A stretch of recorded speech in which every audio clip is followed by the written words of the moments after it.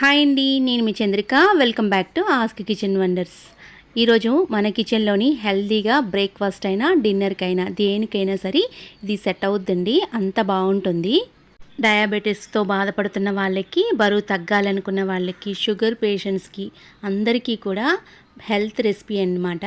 అంత బాగుంటుంది. చుక్క నూనె కూడా వాడకుండా హెల్తీ బ్రేక్ఫాస్ట్ని ఎలా చేసుకోవాలో ఈ వీడియోలో మీకు చూపించబోతున్నానండి. మరి దానికి కావాల్సిన పదార్థాలు ఏంటో చూసేద్దాం పదండి. ముందుగా ఒక బౌల్ తీసుకోండి. బౌల్లోకి 1 కప్పు వరకు థిక్ పోహా తీసుకోండి. కొంచెం ఇలా గట్టిగా ఉండాలి పోహా అనేది, కొంచెం పలుచగా ఉండకూడదు.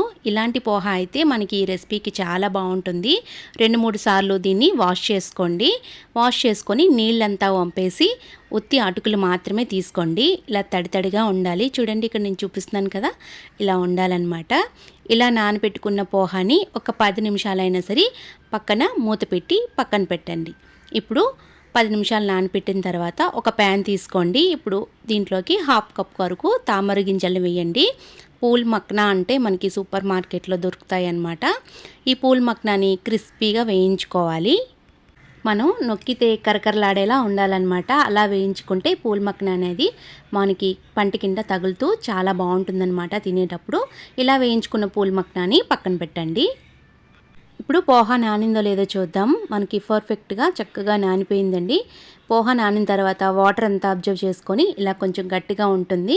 ఇప్పుడు దీంట్లోకి 1 కప్పు వరకు చప్పటి పెరుగు వేసుకోండి. పుల్లటి పెరుగు అయితే అంత బాగోదు, ఫ్రెష్ పెరుగు అయితే చాలా బాగుంటుంది, నోటికి కమ్మగా ఉంటుందన్నమాట. ఇలా 1 కప్పు వరకు తీసుకోండి. కలుపుకునే విధంగా కొద్దిగా వాటర్ని యాడ్ చేసుకొని పెరుగు మొత్తం కూడా ఇలా పోహాకి పట్టించి పక్కన పెట్టుకోండి. ఇలా మొత్తం కలిపి పెట్టుకున్నాక దీంట్లోకి కీరా ముక్కలు సన్నగా తరిగి పెట్టుకొని 1 కప్ వరకు వేసుకోండి. తర్వాత దీంట్లోకి బాగా మిక్స్ అయ్యేలాగా కీరాని బాగా కలపండి. ఇలా కలిపిన దాంట్లోకి ఇప్పుడు మనం మిగతా ఇంగ్రీడియంట్స్ అయితే వేసుకుందాము. ఇప్పుడు దీంట్లోకి కారానికి తగ్గట్టు 2-3 పచ్చిమిరపకాయలు ఇలా సన్నగా తరిగి పెట్టి వేసుకోండి. అలాగే ఫ్రెష్గా తురిమిన కొత్తిమీరను కూడా ఒక గుప్పెడంతా వేసుకోండి. అలాగే రుచికి సరిపడగా 1/2 టీ స్పూన్ ఉప్పు. అలాగే ఇక్కడ నేను అవిసె గింజల పొడి వేయించి పక్కన పెట్టుకున్నానండి ముందుగానే. మనకి హెల్త్కి చాలా మంచిదన్నమాట. ఎముకల బలానికి, అలాగే బరువు తగ్గాలనుకున్న వాళ్ళకి డైలీ 1 టేబుల్ స్పూన్ తింటే చాలా మంచిదండి.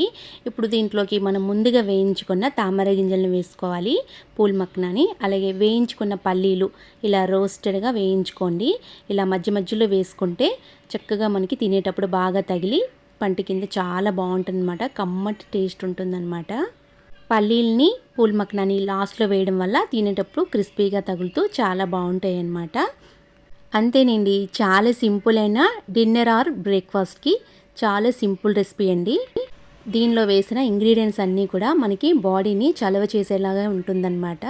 ఈవినింగ్ డిన్నర్కైనా హ్యాపీగా తినేసేయచ్చు. మా పాప అయితే డైలీ కూడా ఇది చేసి పెట్టమంటుంది, అంత బాగుంటుందన్నమాట. ఎప్పుడైనా ఇలా చేసినప్పుడు చాలా ఫాస్ట్గా తింటుందన్నమాట. హెల్దీగా టమ్మీ ఫుల్ అయిందని ఫీలింగ్ చాలా బాగుంటుందండి. అంతా బాగుంటుంది. ఒకసారి ట్రై చేసి మీరు కూడా మీ ఫీడ్బ్యాక్ని నాతో కింద కామెంట్ సెక్షన్లో కామెంట్ కూడా చేయండి. మరిన్ని టేస్టీ అండ్ సింపుల్ రెసిపీస్ కోసం మన ఆస్క్ కిచెన్ వండర్స్ ఛానల్ని సబ్స్క్రైబ్ చేయండి. Thank you for all.